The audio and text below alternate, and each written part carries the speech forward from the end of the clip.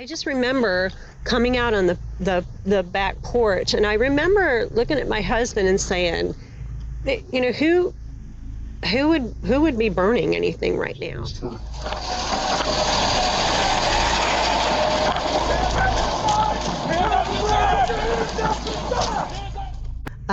I would say in every way.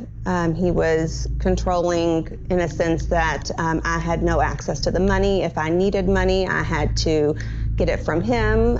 He did not want me to work because he wanted someone to take care of the children. I got cover. Go ahead, contact. Why are you cuffing? Put your hands behind your back. Put your hands behind your back. Take everything out, okay? I'm sorry. The victim was reported missing, and she never returned from going to the defendant's house to retrieve some of her belongings. Her car was still at the defendant's home when law enforcement arrived. From a young age, Katie Samantha McKinney harbored dreams of becoming both a nurse and a mother. She excelled academically and found joy in her studies at New Albany High School in Indiana. However, her cheerful childhood was disrupted at 15 when her beloved father abruptly left the family, leaving Katie and her sister grappling with insecurity and uncertainty. Despite this setback, Katie's determination remained unshaken. She pursued her nursing degree at the University of Louisville, achieving her professional aspiration. When it came to her personal dream of motherhood, Katie embraced a modern solution. She joined Christian Mingle, a dating site in search of a partner who shared her values and vision for the future.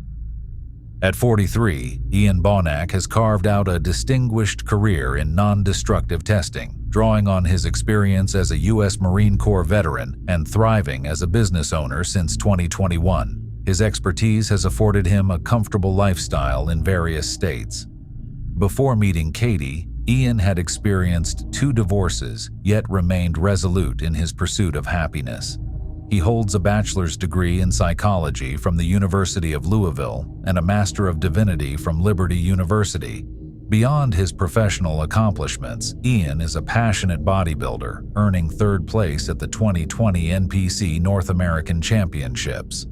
Seeking a life partner who shared his Christian faith, Ian turned to Christian Mingle, hoping to find someone who resonated with his values and dedication.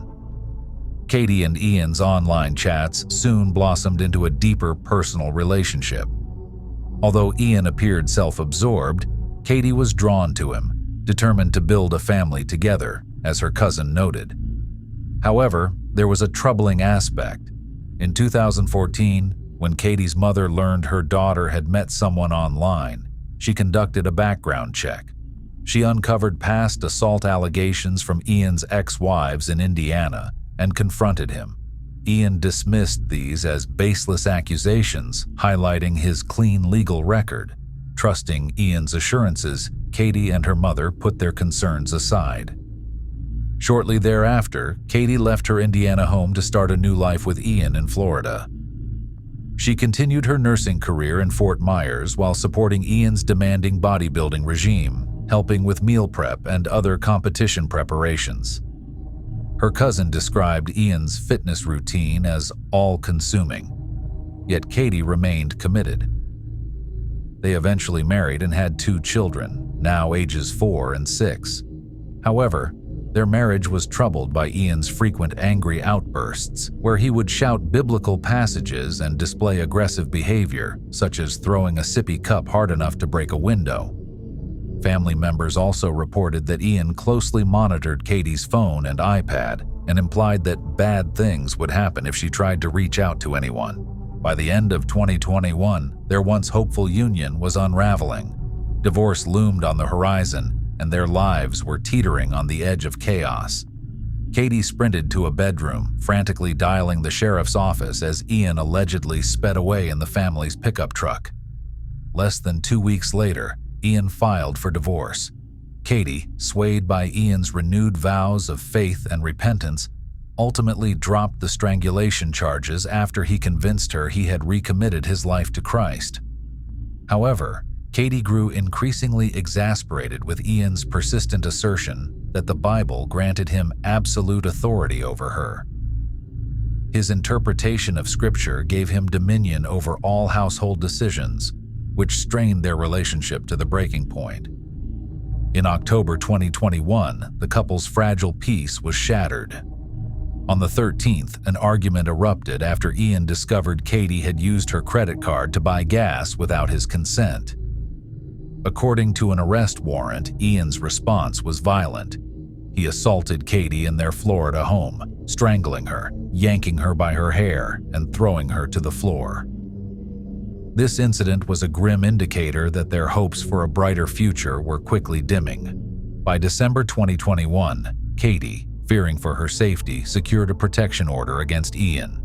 However, the tension continued to escalate. On January 2nd, Ian posted a cryptic and ominous message on Facebook referencing Dante's ninth circle, the deepest level of hell reserved for traitors, as described in The Divine Comedy.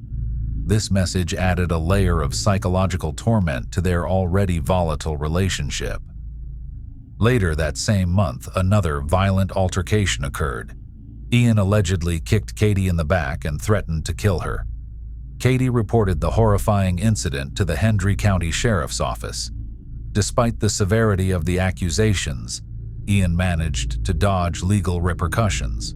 Prosecutors chose not to file charges against him, even though deputies specifically requested an arrest warrant in their reports. After enduring 8 tumultuous years together and bearing 2 children, the Bonocks' dissolution of marriage was finalized in March 2022, according to court records. Katie and her children relocated to a residence in Fort Myers Beach, hoping to turn over a new leaf. However, despite the physical distance between them, Katie's anxiety over potential violence from Ian lingered. In August, her fears were compounded when a judge denied her request for a restraining order, citing a lack of sufficient evidence. Katie's sense of security was further eroded on September 11th when she picked up her children from a weekend at Ian's home. She noticed a large purple bruise covering part of her son's buttocks. The boy tearfully explained that it was the result of his father beating him in a rage. Determined to protect her children, Katie had her attorney submit an emergency motion in family court. The judge granted Katie exclusive custody, recognizing the immediate threat posed by Ian. Distraught and seeking support, Katie turned to Sarah Goldsmith, one of Ian's ex-wives. Sarah had reached out to Katie months earlier upon learning of the domestic abuse charges against Ian. The two women found solace in each other's shared experiences, and Sarah provided Katie with crucial support and information during this harrowing time. Katie's ordeal underscores the complex and often dangerous dynamics of abusive relationships. Despite her efforts to escape and protect her family, the shadow of Ian's aggression loomed large. As she navigated the legal and emotional challenges of her situation, Katie remained steadfast in her resolve to build a safer future for herself and her children. The journey was fraught with obstacles, but her determination to break free from the cycle of abuse was unwavering. I had found out that there were some charges from Ian against Katie, some strangulation charges back in, I think, January of 2020 or 2021. Anyways, I had found out about that, so I reached out to her on Facebook and just sent her a message. And I was basically trying to be for her what I needed during that time. What's your relationship with Katie like? From July, her and I spoke to each other quite a bit. I would say probably at least 2 or 3 times a week. And it was, she had shared with me what was going on in their issues with their children and with her trying to get away. I know that there were numerous times where she said again that the law enforcement down there didn't believe her. Like when you guys were first dating? He was the perfect man. He was charming. He was great to my kids, or my son at the time. He was just what every woman dreamed of. I would say the first year of our relationship was great. After that was whenever the abuse began. However, it began with the children before it did me. I would say in every way. He was controlling in a sense that I had no access to the money. If I needed money, I had to get it from him. He did not want me to work because he wanted someone to take care of the children. So there was no means for me to make my own money. I was not allowed to see family or friends, and if I did, it had to, be approved ahead of time. And it got to the point to where he didn't want me to be around friends and family. He would quote unquote say that they didn't care about me, that he was the only one that truly cared about me. One day after Hurricane Ian ravaged southwest Florida, Katie, who had sought refuge inland, received a call from Ian. He claimed he was leaving the country and urged her to collect her belongings from their marital home in Fort Deneau, suggesting she bring the kids along. Trusting her instincts, Katie decided to leave the children safely with a friend. After dropping them off, she ventured to Ian's house alone. By the next day, all calls and texts to Katie went unanswered. On the morning of September 30th, 2022, at around 7:20 a.m., Katie's family, growing increasingly concerned, reported her missing to the local sheriff's office. Deputies arrived at Ian's residence to find Katie's car parked in the driveway with her purse still inside, a troubling sign. Unable to reach Ian, they left but returned at 1 p.m. with a search warrant, fearing Katie might be held against her will.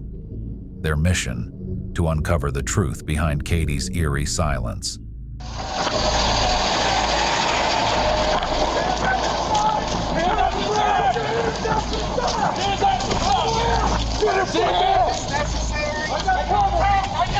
I got cover. Go ahead, contact. Why are you cuffing? Put your hands behind your back. Security, sir. Put your hands behind your back. Check everything out, okay? I'm sorry. Back up, relax. Hey, move forward behind him. Ow, fuck. Yeah, relax. All right, you gonna roll to your side? You gotta loosen that up. Okay, Hey, let's go. secure you first. Put 2 handcuffs on him, we're good. He's got another pair. Move behind, cover them. Relax. It's all good. My circulation. They're gonna take care of you, sir. Just give us 1 second. It's necessary. Keep. rolled over. After you get another set on him, set him up. The right side, the right side. I understand. I know. I'm feeling good. Screwed up. We're gonna get you comfortable, sir, and then we're just gonna have a conversation. Stay flat, okay? stay flat. Keep your hands there.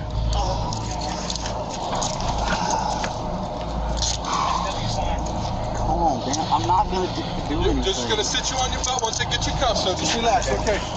Okay, that's good. Yep. Why would you do that? Dominguez! Yes, sir. Let's get this out of the fucking way. Roll to your right. Roll to your right. There's a search warrant behind there, sir. They'll talk to you in just a second. Detective's here. All right. Push off your legs. Ready? 1, 2, 3. Fonzie. So I was on my way. What y'all do? Rush me my gate? Give me a second. Let me search you, man. Anything in your pocket that's gonna poke stick me? Guys, spin back. Yep. Spin back. We're just gonna get this out of the way and we'll drive right up to the house. Yep, spin back right now. Stand back. All right. Stand back. We're good. All right.